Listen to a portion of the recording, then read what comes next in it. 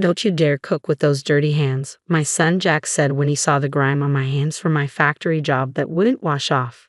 He called them dirty. So, I prepared meals wearing big plastic gloves, but they were so slippery that I accidentally cut my finger. I've always worked hard for my children, but Jack, my eldest son, was ashamed of me. My name is Emily. After getting divorced in my 30s, I used my hairdressing qualifications to juggle part-time jobs at a barber shop and a factory to raise my 2 sons. I'm 55 now. The divorce was due to my ex-husband's terrible drinking habits. Despite his high education and income, he became violent when drunk, and I was constantly afraid he might harm our young sons. So, I made the bold decision to leave with my 2 boys. "Dirty hands, huh? Could you at least take care of them?" Jack, who is a bit of a germaphobe and loves cleanliness, said. He is good at studies and graduated from a well-known university. "I wash them so much they get chapped, and I don't have time to take care of them," I replied. Jack glanced at me with contempt and left the room. "Mom works hard with her hands at the barber shop and the factory. You deal with machine oil," said my younger son Sam. Sam doesn't like studying but learned programming on his own. Due to his weak health, he works as a home-based engineer. We've managed to live together in a small apartment, but now Jack has decided to become independent. He wanted to live alone right after graduating, but I could barely afford his tuition, let alone support his independence. "Are you kidding me? Working from dawn till dusk, and this is all you've got? Are you secretly using the money you earn for yourself?" Jack often said harshly to me, wearing fraying sweatshirts, worn-out jeans, and sneakers with worn-out heels. Maybe we just didn't get along. My alcoholic ex-husband was fond of Jack when he wasn't drinking, so maybe Jack resented me for pulling them apart. I've worried a lot about whether not being able to be there for him during his sensitive years as a single parent and always working affected him. In the end, Jack commuted from home for a while after graduating. When he found out I had managed to save some money, he said, "Having parents who don't know how to make money efficiently is a struggle." He then quickly took the money I offered and left without even telling me where he was moving to. Ever since Jack found out that his father, whom I had separated from, had a high education and high income, he criticized me for leaving him. Jack said that even if his father was a bit of a drunk, if I had stayed with him, I might have had better treatment because of his money. Despite being tough, seeing my firstborn become independent was both joyful and lonely. I shed some tears and went to sleep that day. Even after that, whenever he was short on money, Jack would come home and take the money I had earned and saved. Although my younger son Sam tried to stop him, Jack's physical strength always won, making it hard for me to save money for my old age. One day, I got a message from Jack saying he was getting married. He arranged a meeting with the family, telling me to make sure I didn't embarrass him and to dress properly. Despite his harsh words, I was happy for him, hoping that having someone important in his life might change him. I thought he would learn about love from his future wife, something I couldn't teach him. I anxiously waited for the meeting's schedule, but also had to go to work. During my shift at the factory, my phone rang, and I answered, hoping it was Jack. It was. When I asked about the date for the meeting, he said, "No, her parents are business people and have a keen eye for people. They're different from our family, so you don't have to come." Then, without waiting for my reply, he hung up. I was more disappointed than I expected. Ever since Jack left home, I always worried about him. Knowing he would have someone by his side when he got married was comforting. I wanted to meet the woman who loves my son and ask her to take care of him, but Jack's words hurt. My younger son Sam heard this and said, "What the heck? I just got a new suit for nothing." Man, Jack is so selfish. A few days later, as I was about to head home after work, my phone started ringing. It was Jack. He said, "Her parents insist on meeting you? Come over now. Don't keep them waiting." Suddenly, I was in a rush. Should I risk being disrespectful by showing up in my dirty work clothes, or would it be worse to keep them waiting while I changed? I knew I'd be quite late if I went home to freshen up, so I reluctantly decided to go as I was. On the way, I bought some drugstore makeup, did a quick touch-up, dusted off my clothes, and headed for the restaurant. It turned out to be a high-end restaurant, and I felt intimidated. But there was nothing I could do at this point. I mustered up my courage, approached the table, and stammered, "I'm sorry for keeping you waiting. I'm Jack's mother, Emily. Thank you for this opportunity." When the in-laws and Jack's fiancé stood up to greet me, they began to guide me to my seat, but Jack interrupted. My mom has all sorts of allergies, so she can't eat at unfamiliar places. Today is really just for greetings. I don't have any allergies. Playing along and bowing apologetically, I let Jack chase me out of the restaurant. He must have thought my attire was disgraceful. I wanted to talk more with his fiancée, but I had no choice but to return home disappointed. Sure enough, Jack called me the next day. "Why did you show up looking like that? That was embarrassing. Don't you know what a dress code is?" He scolded me harshly. Sam, who was listening to the conversation, snatched my phone and defended me, saying, "Mom was ready with a nice dress, and you're the one who told her she didn't need to come. Then you suddenly asked her to hurry over after work. What else was she supposed to do?" I took back the phone and said, "That wonderful restaurant indeed." I was out of place. I wonder if their parents were upset. They asked about where you work, what allergies you have, all kinds of things. Thanks to you, I was highly suspected. Jack continued, "I'm after inheriting the business her parents run. I don't know what the business is about, but it's good to be in a position where I can employ others. I don't plan to be employed by others at my current company forever, so don't get in my way." There were a lot of things I wanted to say to Jack as a parent, but I knew he wouldn't listen to me. It seemed like he thought a mother like me was an obstacle. In the end, he spat out his final words. "Low-income factory workers don't need to come to the wedding." I was shocked to hear this, but said, "If that's what Jack wants, that's fine with me." Seeing one's child find happiness is the greatest joy for a parent. I wanted to celebrate this new beginning together, but if my son does not wish for it, it's probably best that I don't attend. When I ended the call with Jack, it felt like I was also severing the bond between parent and child, which was deeply saddening. I remembered the face of the young lady who would be his wife, to whom I could barely say a proper greeting. Her parents seemed refined and had a gentle atmosphere about them. Thinking that they would become Jack's family from now on filled me with an indescribable loneliness. But I forced myself to accept it and went to sleep. After that, I continued to work at the barber shop and the factory, trying to switch off my feelings. I still had Sam. When Sam gets married, I want to be able to contribute whatever money I can, so I need to keep working hard. One day, about 2 weeks before the wedding, Jack contacted me again. I had thought our relationship was nearly severed since he said I didn't need to come to the wedding. Yet at this stage, he was still pushing more unreasonable demands on me. "Weddings cost money, you know that, right?"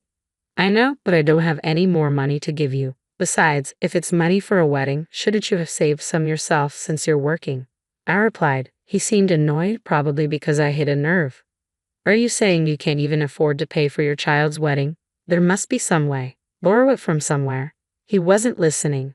I gave in and said, "Fine, I'll arrange for it. Come by the house again to collect it." After that, Jack finally seemed satisfied and hung up. A few days later, Jack came to collect the borrowed money. He took it with a smug smile, said nothing, and left.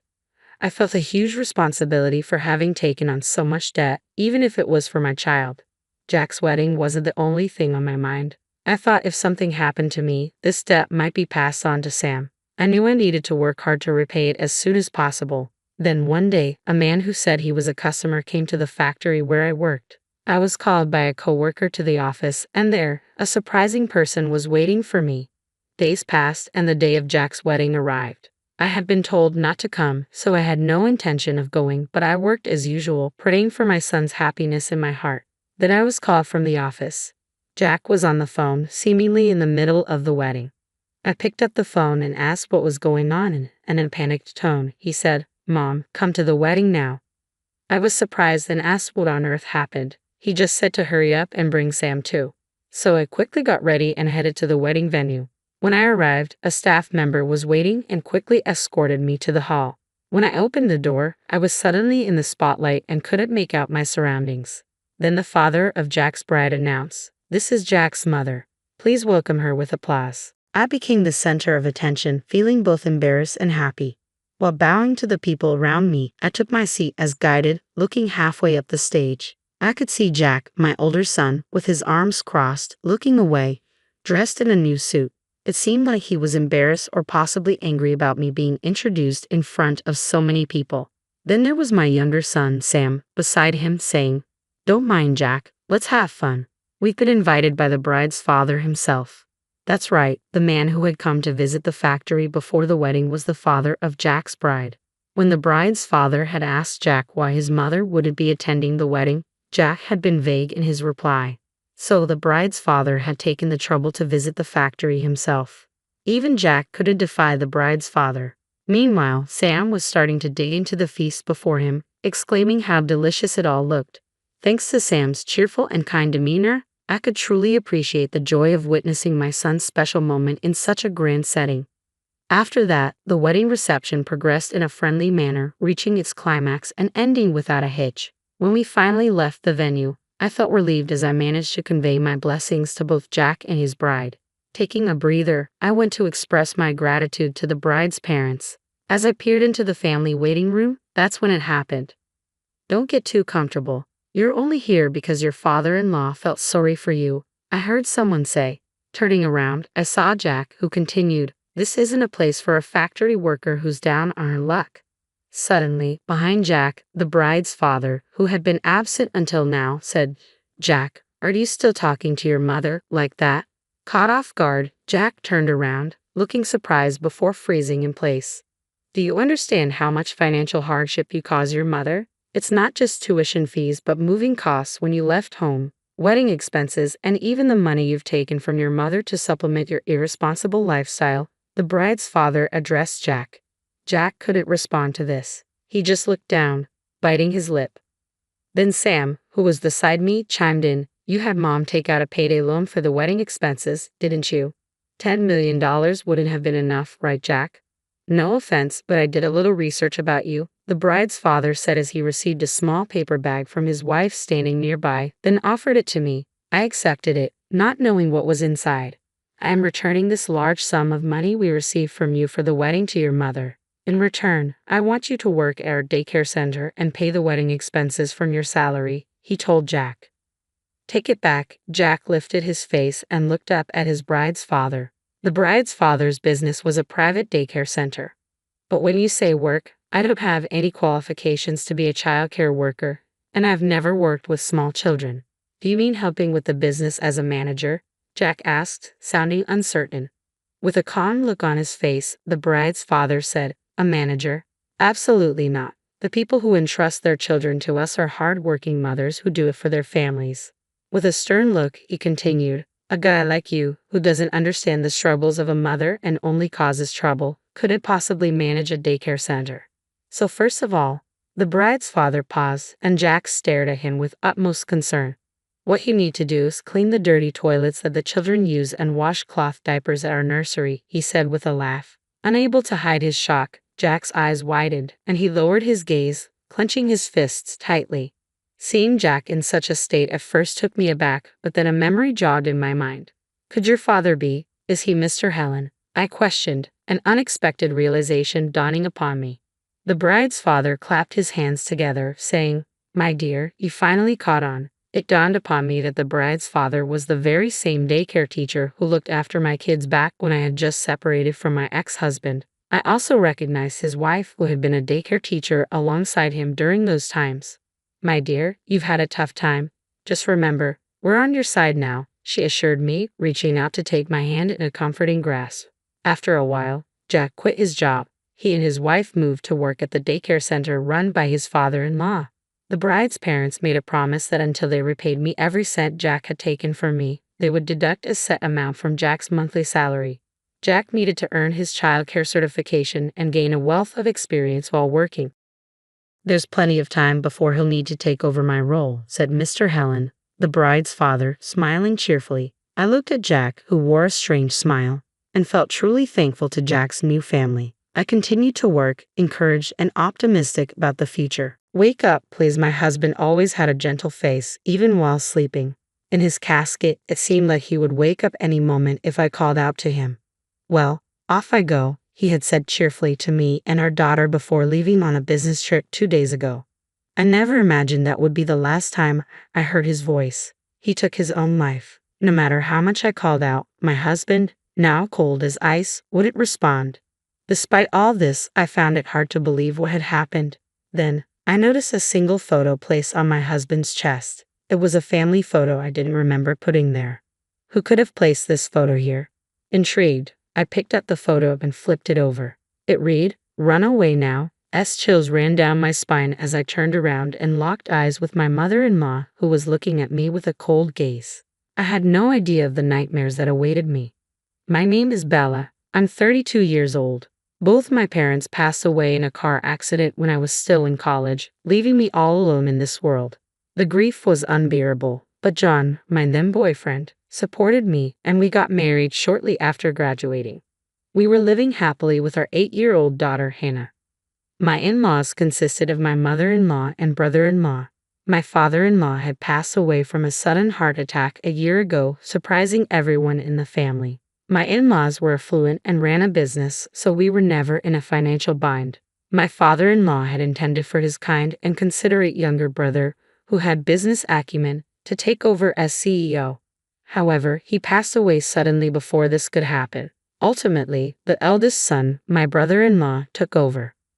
Father wanted me to take over, but I couldn't possibly do that over my older brother. I'll support him, my husband had said. He respected his brother deeply and had no objection to giving up the position of CEO.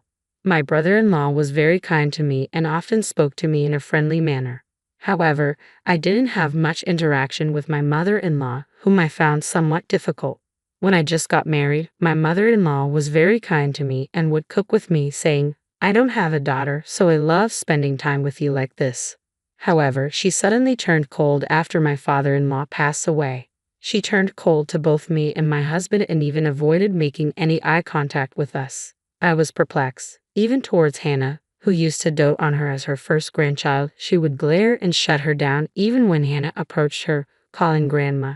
"She used to be such a sweet person before," said my upset husband. I felt very sorry for him. "Something's off about Mom. She's glaring at me as if I'm her enemy. Does she think we're after her assets? Or could she be ill or something?" My husband wondered. He had been thinking deeply about his mother's change in behavior but couldn't come up with any reason. In fact, we first noticed her change during my father-in-law's one-week memorial service when we were staying at her house.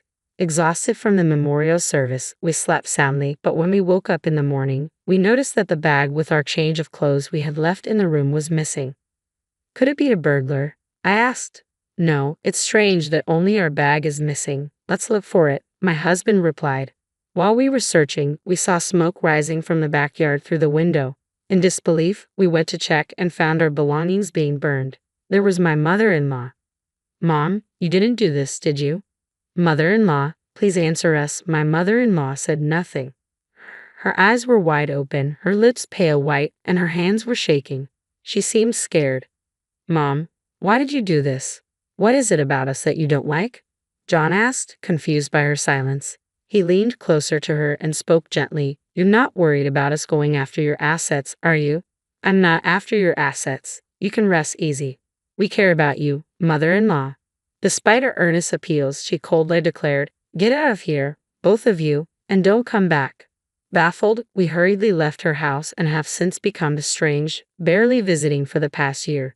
As much as it pained us, we felt like we couldn't reach mother-in-law, who clearly despised us. Then, one day, we received a message from my brother-in-law about the first anniversary memorial service for my father-in-law. All the relatives were gathering, so we decided to go, but my mother-in-law remained as cold as ever. Seeing this seemed to make John think more frequently. "What's the matter, John? Are you worried about mother-in-law?" I asked. "Huh? Oh, it's nothing. If there's anything I can do for you, just tell me," I said. "Don't worry about it, Bella. You don't need to worry about anything," he replied, gently stroking my cheek. His kind smile brought me great relief and soothed my feelings. About a month passed after that. "Well, I'm off," he said as he left for his business trip, cheerfully greeting me and our daughter Hannah, as usual. But he quickly returned, saying, "I forgot to give you this," and handed me a cute little charm. "This will surely protect you," he said with his gentle smile. I thought to myself how truly grateful I was to be married to him. However, a shocking event occurred the very next day. John had taken his own life. His car was found parked on a mountain road near my parents' house in Colorado. Inside the car, he was frothing at the mouth, taking his last breaths. Although he had told me he was on a business trip, his company said there were no trips scheduled that day. Moreover, I was told that just before his death, he had called my brother-in-law and whispered, "I can't go on living. It has become too painful. I'm sorry."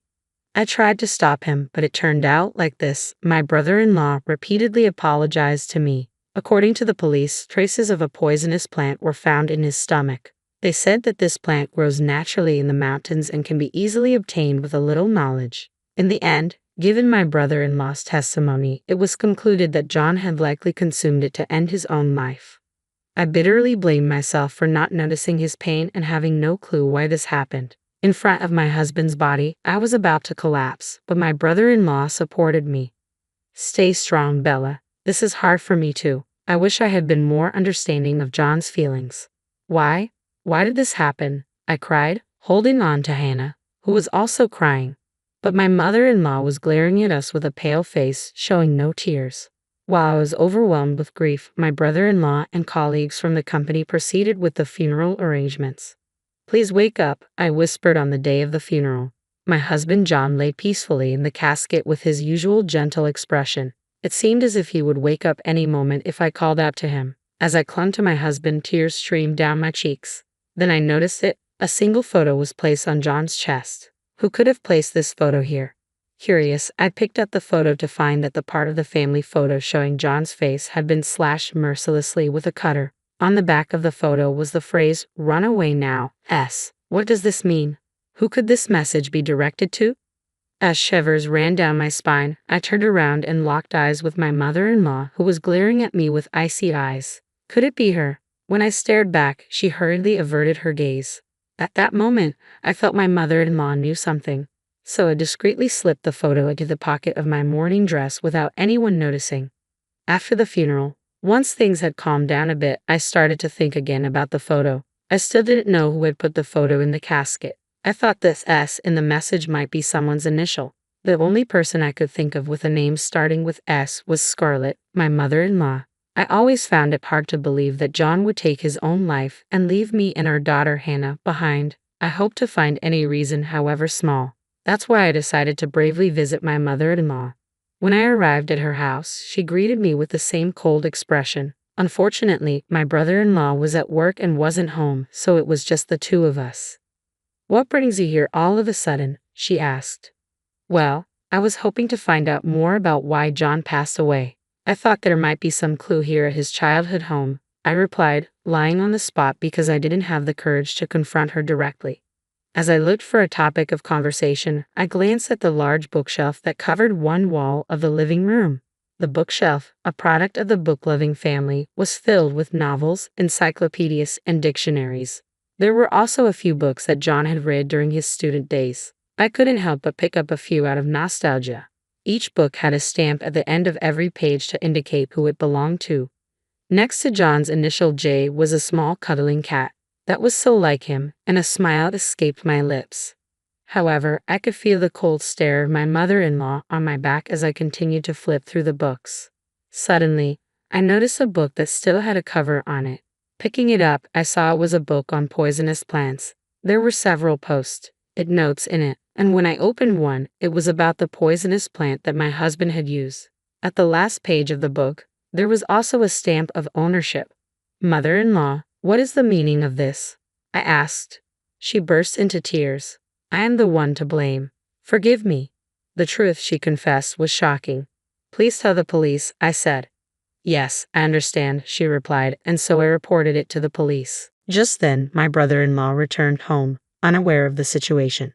Noticing the sorrowful look on my mother-in-law's face, he asked with a worried expression, "What happened? Even Bella's here.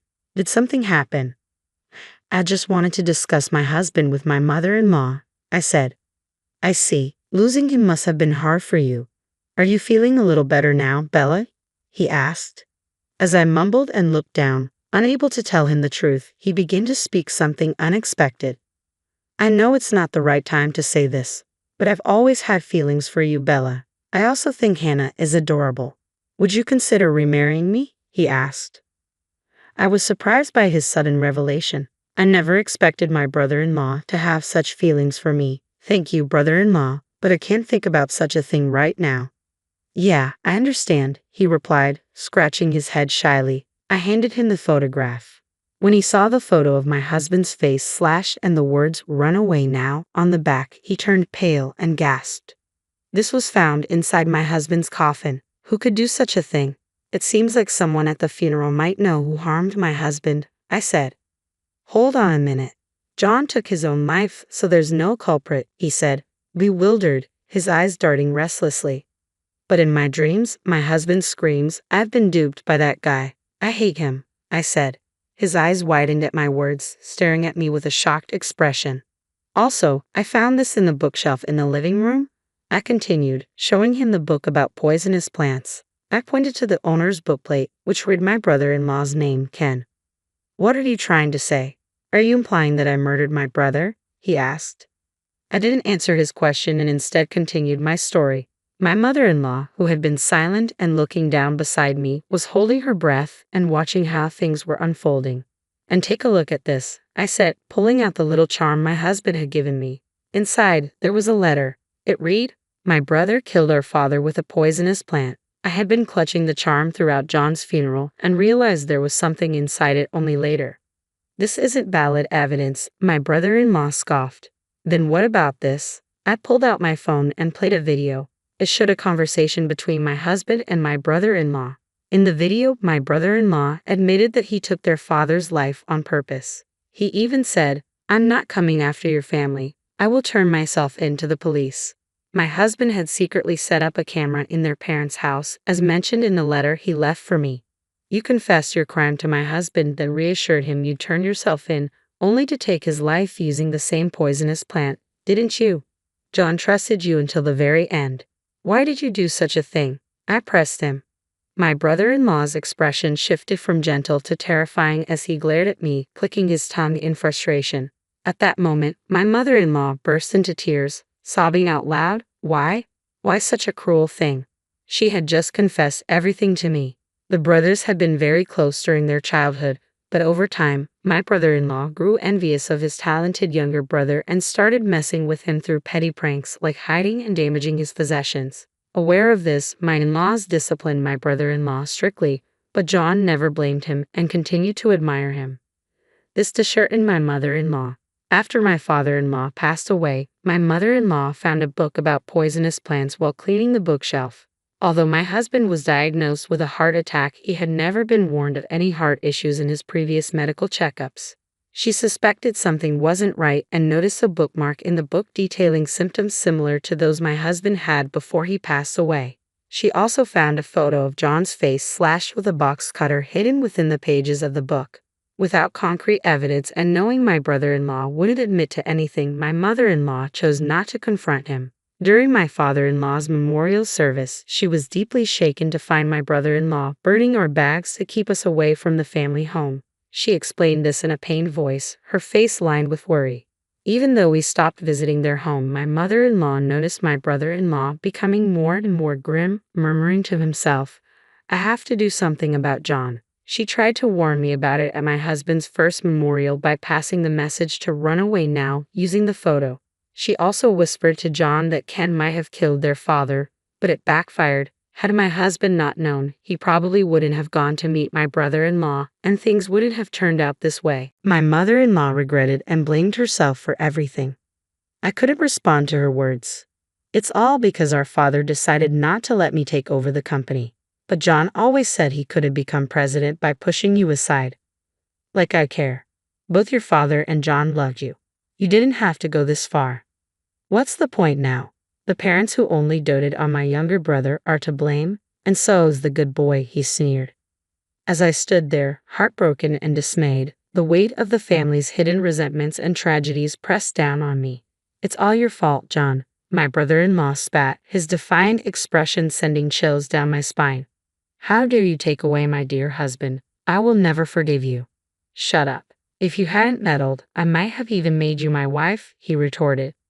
Suddenly, my enraged brother-in-law pulled out a knife he had been hiding and started coming at me. I cried out for help and tried to escape, but he was quick and soon stood right in front of me. Cornered and facing a raised knife, I instinctively closed my eyes. At that moment, a loud thud hit. Someone had jumped in to protect me. It was my mother-in-law. Mother-in-law, are you okay? I asked, seeing blood seeping from her arm. We're missing? She held her wounded arm. Ken, please stop doing these awful things. Please turn yourself in. Shut up. Both of you just have to disappear, he shouted. You became the CEO you always wanted to be. Why would you go this far? I asked, desperate for answers. I need money, he snarled. Having taken over the company without any managerial talent, my brother-in-law had accrued substantial debt within a year. He was now in desperate need of money and had even taken out a high-value life insurance policy on my husband. It's funny. John believed me easily when I said I was going to turn myself in. He laughed menacingly. I felt intense revulsion at his demeanor. But John still wanted to save you. Why didn't you understand that? It's all my parents' fault for favoring John over me, he screamed. At that moment, the police who had been called earlier arrived. My brother-in-law struggled until the end, pleading, I did nothing wrong. Forgive me. Overlook this. You deserve to go to hell. I snapped. My brother-in-law gasped, finally calming down as he was taken away by the police. Fortunately, my mother-in-law's injury was not serious. In the end, my brother-in-law showed no signs of remorse and will likely remain behind bars. I am now living with my mother-in-law at her place. She has returned to her old self and is loving towards my daughter Hannah. We were happily living together, and the letter in the charm had more to it. Bella, you are my treasure. I love you always. Embracing my husband's feelings, I have decided to keep living, cherishing the love we shared.